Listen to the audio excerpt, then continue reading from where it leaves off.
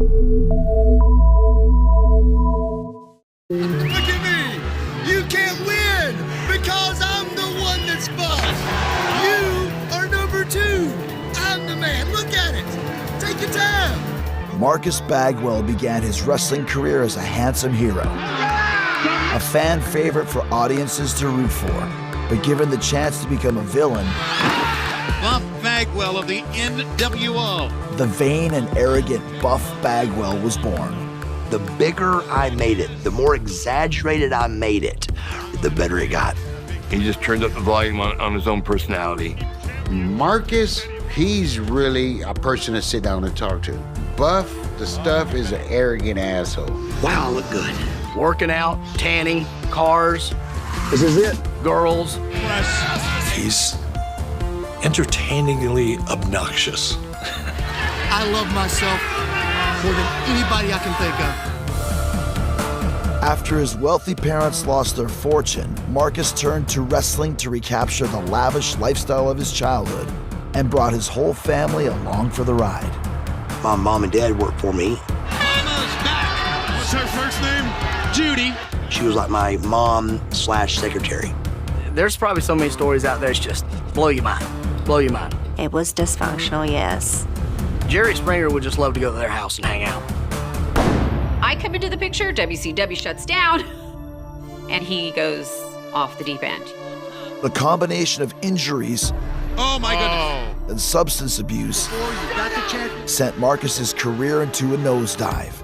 Desperate to maintain his lifestyle, he boldly ventured into a controversial new profession. I have heard the rumor that Mark was a male whore. When gigolos happened, that hurt me to my soul.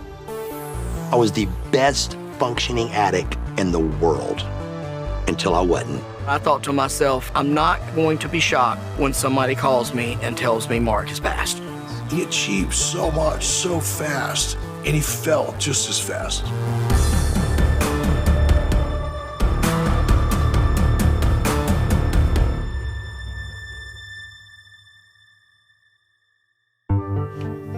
So this is my mother's office, and it's full of Bagwell memories. My wrestling career, my dad's racing. Back here is Rookie of the Year, and up there is my tag team of the year. This is just memories that were spread out throughout decades, and she got them all into one room.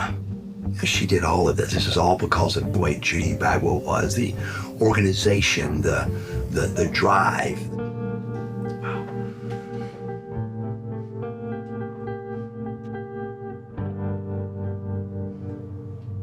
Where'd it go, man? Our family, we were told from a very young age that we were special. It was just known that we were going to be somebody. Hey, I'm Marcus Alexander Bagwell, and AKA Buff Bagwell. I'm Buff, and I'm the stuff. Just a freak thing that he got into wrestling. Marcus was an all-county football and baseball player. He wrestled a little bit. He wasn't on the wrestling team.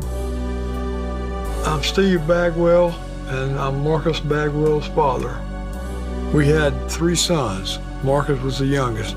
Mark developed slower than they did. When he was so scared he wasn't going to get big.